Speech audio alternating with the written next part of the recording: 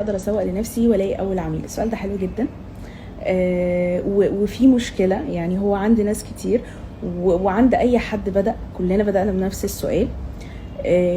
خلينا متفقين ان الموضوع محتاج صبر كتير ومجهود كتير وتشتغل على نفسك كتير. اول حاجه وقبل اي حاجه، انا ضد اي حد واخد اي تخصص سبوبه ويشمر ويلا بينا ننزل على السوق.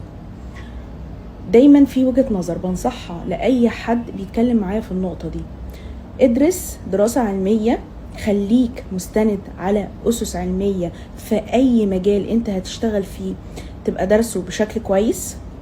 بعد كده دور ازاي تشتغل في المجال، ابدأ اشتغل في شركات. شغل الشركات بيعلم كتير، بيعلم كتير جدا جدا. لو تشتغل في شركة واثنين وثلاثة انت بتتعلم، وفي نفس الوقت انت مش في موضع مخاطرة، انت واحد من ناس كتير شغالة في نفس الحتة. لما هتبدأ تشتغل عند الناس هتبدأ تعمل سابقة اعمال وهتجرب بايدك وهيديلك خبرة. بعد كده وانت شغال، بعد ما اشتغلت وعملت الخبرة وعملت البورتفوليو، ما يمنعش بقى عندنا مواقع الفريلانسنج بتساعد كتير في الحتة دي، عندنا برامج كتير بتأهل عشان خاطر حضرتك تقدر تشتغل بعد كده. عندنا يا رب حتى تنزل انترن، تنزل تدريب في شركة. حتى تكملة للفيديو اللي فات، العلاقات مهمة.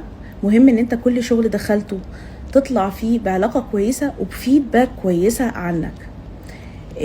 مديرينك، الناس اللي شغالة معاك، لما يبقى عندهم فيدباك كويس عنك ده هيفتح لك ابواب فرص تانية. لما تيجي اي فرصة ليها علاقة بمجالك هتلاقي اول حد بيجي في بالهم انت، ودي بتجيب كمية شغل مش طبيعية. لينكدين من الاماكن المهمة جدا جدا جدا في الجزء بتاعت الشغل والوظائف، كمية فرص عليه مش طبيعية.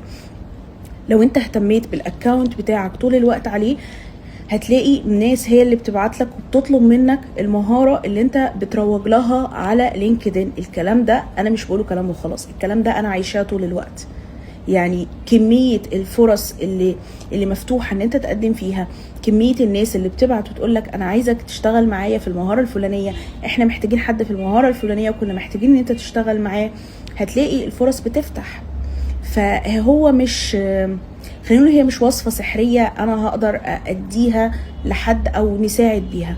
هي في النهاية تراكم من الخبرات، من التطوير المستمر من الناحية العلمية والمهنية، خبرات مستمرة مع العملاء، علاقات كويسة، بطلع من كل مكان بشكل كويس. كل ده بيتراكم على بعضه لغاية ما يعمل لك الجبل اللي هيوصلك لمرحلة ان انت خلاص بتعرف تسوق لنفسك وبتعرف تجيب